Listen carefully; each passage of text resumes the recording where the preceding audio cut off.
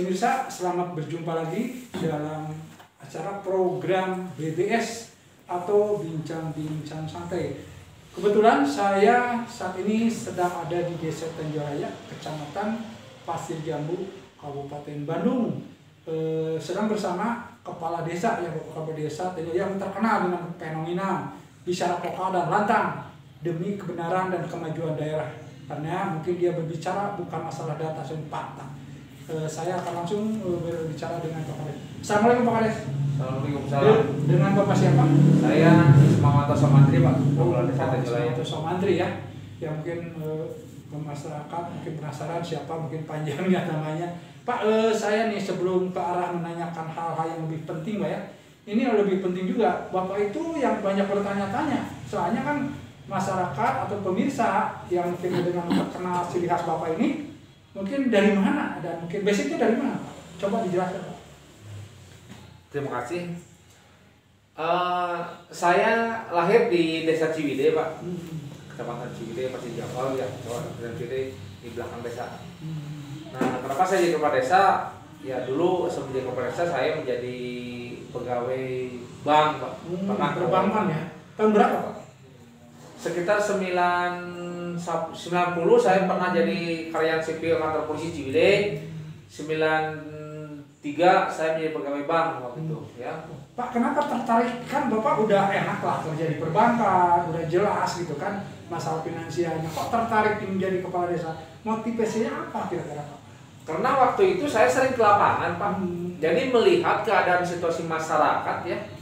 Ya, saya terketuk hati juga. Awalnya melihat rumah yang jelek gitu, Pak ya, bocor. Nah, dan pikir, duh, ini kenapa tidak dikasih bantuan gitu. Andai kan saya jadi kepala desa, ya? Nah itu, kepedulian itu, Pak, ya.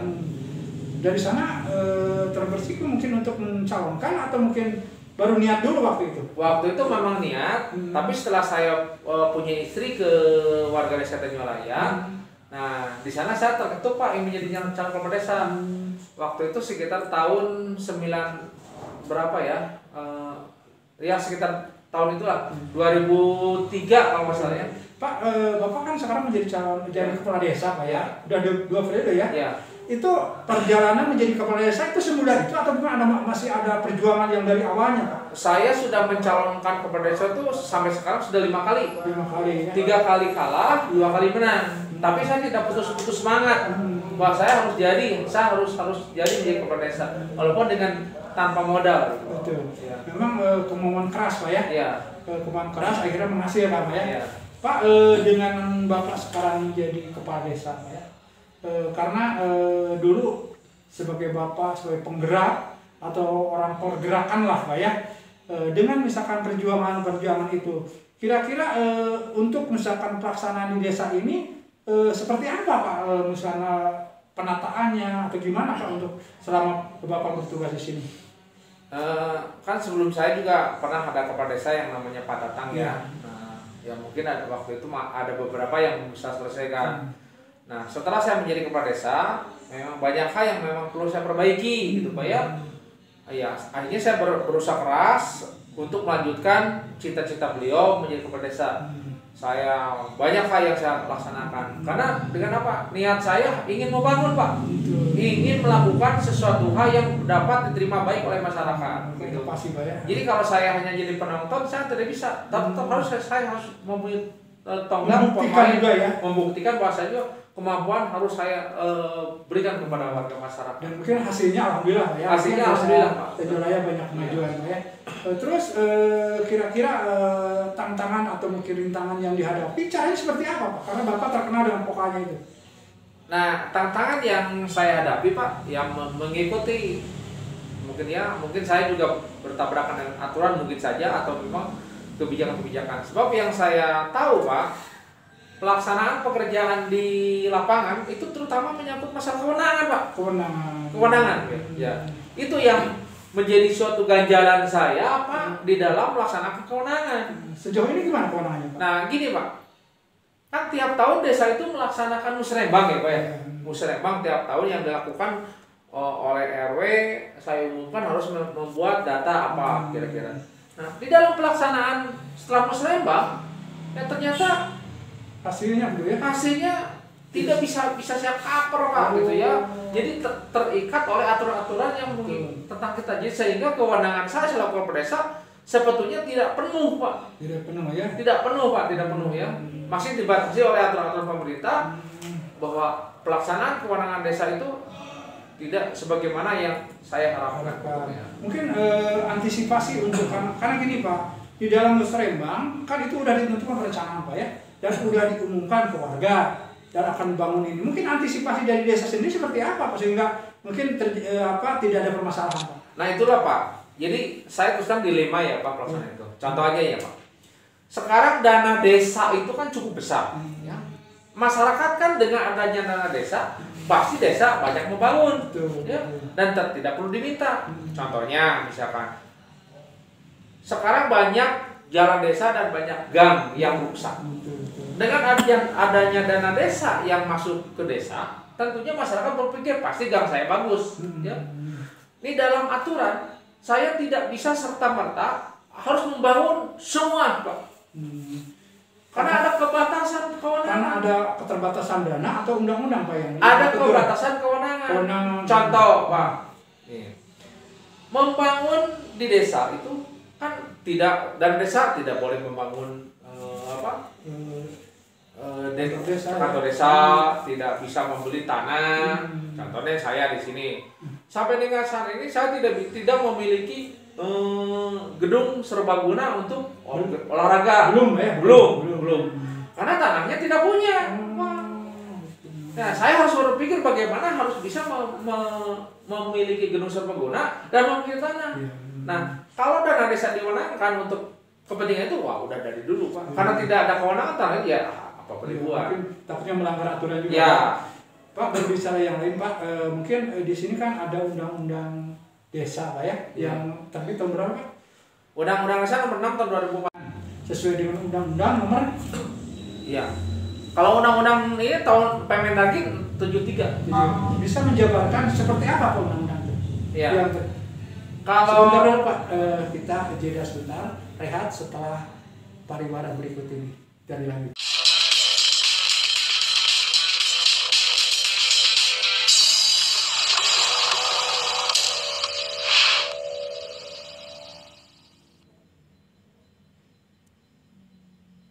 Pemirsa, kita lanjutkan lagi bincang-bincang saya dengan Pak Kades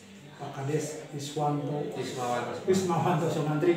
Inilah mungkin salah satu figur yang betul-betul menggebu, karena mungkin demi semangatnya, demi misalkan pemikirannya, bagaimana menciptakan salah satu berbagai kemajuan yang ada di daerah maupun di pemerintahan. Karena dia dengan pokang dan mungkin dia rantang, bahkan dia bicara apa adanya. Karena yang dia mungkin inginkan yaitu membuktikan bahwa dengan kepokalannya dia, dengan misalkan bicara apa adanya, salah satu bukti, salah satu kepedulian untuk memajukan daerah. Pak, kita lanjutkan. Yang tadi kan saya berbicara permasalahan hal-hal di lapangan ya, yang mana di lapangan ternyata tidak semuanya atau tidak misalkan sesuai dengan yang diinginkan Pak ya, karena mungkin dari ada keterbatasan aturan. Pak, mungkin yang diharapkan sekali ini baik untuk perubahan atau undang-undang kedepannya seperti apa Pak? Ya, harapan kami Pak, harapan saya kepada kami pemerintahan desa yang tentunya tadi pertama kewenangan dalam pelaksanaan, ya, hak kami gitu ya. Terus kedua selanjutnya itu tentang pengawasan, silakan. Ya, kami tidak keberatan kalau mau diawasi betul-betul. Tapi kewenangan kami diberikanlah gitu. Contohnya apa? Sekarang kan banyak bantuan yang dari pemerintah tentang rumah layak tidak huni. Ya, BPS, Pak. Nah, tiba-tiba Pak datang seorang bantuan bisa 20 ya. Nah, 20 itu kan orang yang sudah ditentukan, Pak. Entah dari mana itu, saya kurang tahu ya. Jadi tidak melalui desa dulu? Tidak, Pak. Ditentukan dari sana? Langsung aja. Ternyata orang-orangnya ada orang yang sudah layak, Pak, orang yang sudah pindah, orang yang sudah meninggal. Itu kan bagi kami bermasalah. Sementara kami mintakan diganti bahwa orang tersebut tidak layak, ternyata kami tidak bisa, Pak. Melanggar aturan, Pak ya? Seolah-olah seolah tidak diberi kewenangan, Pak. Bahkan kami ini si A, si B itu memang menurut kami perlu bantuan betul-betul karena kami yang lebih tahu. Sementara kami sodorkan, kami berikan, ternyata tidak bisa, Pak. Harus katanya koordinasi dulu dengan pihak-pihak tertentu yang mengeluarkan kebijakan itu. Jadi tidak bisa saja dialihkan, Pak ya? Iya. Berdasarkan mungkin aturan yang itu. Iya, katanya aturan, tapi aturan yang mana? Aturan yang mana? Gitu. Betul, Aturan pribadi atau apa? Betul. Gitu ya. Atau memang yang diberi itu hanya kedekatan-kedekatan mereka saja, Iya. gitu. Nah, saya berharap, Pak, yang diberi bantuan itu bukan berdasarkan kedekatan atau saudara, tapi betul-betul mereka yang layak diberi bantuan. Nah, sementara orang yang harus dibantu kami sodorkan, kami ditolak. Sejauh mana kewenangan kami di sini? Betul sekali. Pak, mungkin ada wacana atau mungkin sedikitnya kepada kawan, katanya kalau bantuan yang turun ke desa terjadi misalkan KKN lah, Ya. yang dikasih itu cuma kepala desa, kepala pengurus atau kerabat. Gimana sih sebenarnya yang terjadi di lapangan, Pak? Ya, kalau pada saat ini memang kami hanya dijadikan sudon ya Pak ya. Sudon Pak. Bahwa kalau ada bantuan turun yang menikmatinya keluarga kades, perangkat desa. Sampai saat ini saya tidak demikian Pak. Tidak demikian. Saya bahkan di sini betul-betul banyak orang yang mesti mendapat bantuan Pak. Sementara bantuan dari pemerintah hanya itu aja Pak yang dapat.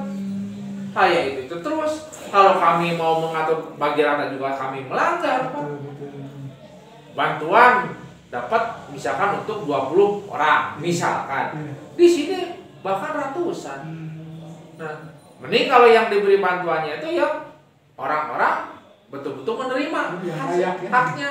Coba ini mungkin ada kedekatan. Jadi siapa yang salah dalam hal ini Pak?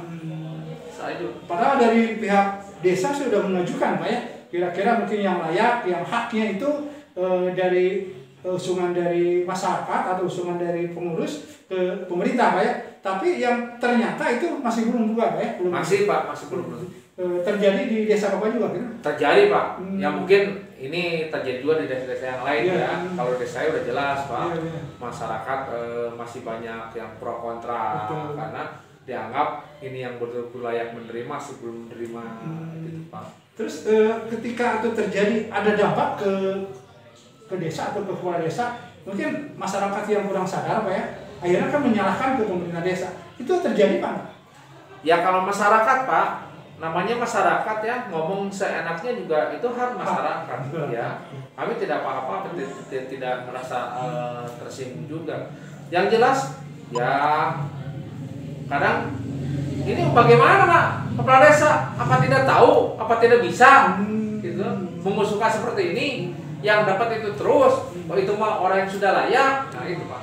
Nah justru itu saya berharap kepada pemerintah, lihatlah fakta.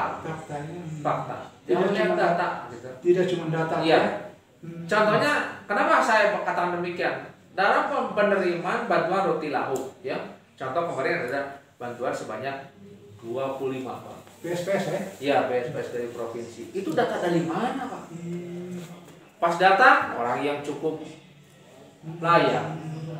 Sementara harus saya ganti tidak bisa. Tidak bisa. Ya? Dari mana itu kewenangan saya dan apa hak saya? Kalau memang saya tidak diberi kewenangan hak, ya jangan melalui desa lah, silakan aja bangun. Silakan saja.